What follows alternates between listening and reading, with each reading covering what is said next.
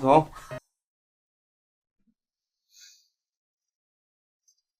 你去哪儿了？家里没吃的，我去买早饭啊。大早上你买什么早饭呢？大早上不买，我什么时候去买啊？早你怎么不跟我说一声啊？你担心我啊？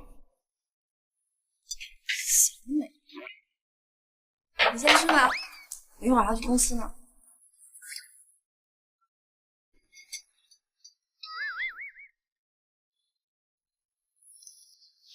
我这次叫你们来，是为了上次暗访仓库的事情。李达死了，也就意味着克扣工资和货物丢失这条线索彻底断了。不过也正是因为这次事件，让我发现做调查是非常有必要的，因为我们会发现很多平时发现不了的问题。所以我觉得我们要完善电商计划，就必须去红鼎百货做一次实地考察，充分了解实体店铺的营业情况，才能找到症结所在。你们觉得呢？我觉得你说的非常对。红鼎百货的营业额季节曲线变化比较大，要想实行真正的商业转型的话，必须要亲自去做调研。可是，你说，林总，我们比较担心的是你的安全问题，毕竟上次去仓库发生了这么大的事儿。我觉得短时间内你还是不要去做暗访比较好，还不如交给我们，我跟秦雪替你去，然后做出详细的红鼎百货营业报表交给您，您看到。我现在已经顾不得那么多了，电商计划迫在眉睫，我必须亲自去红鼎百货做一个调查。那我们陪你一起去。对。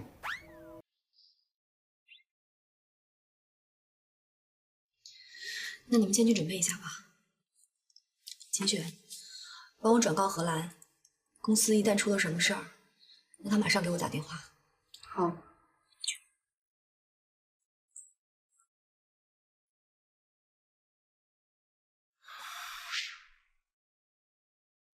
韩总，哎，您找我？钟诚啊，你最近很忙啊。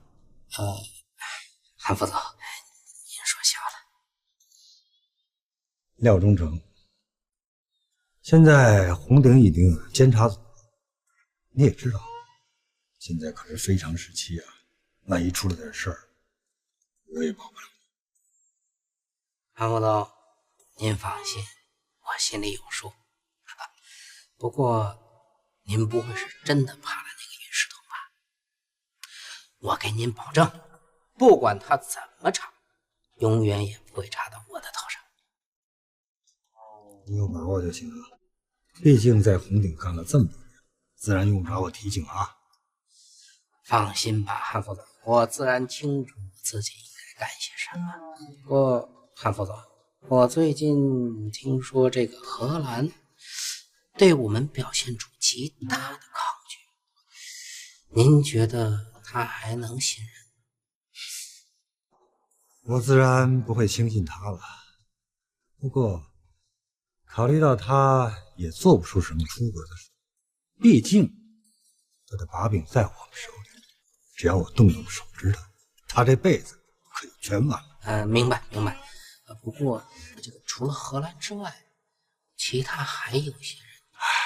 你多心喽，那些东西敌人都被查住了，也绝对查不到我的头上。咱们呀，静观其变。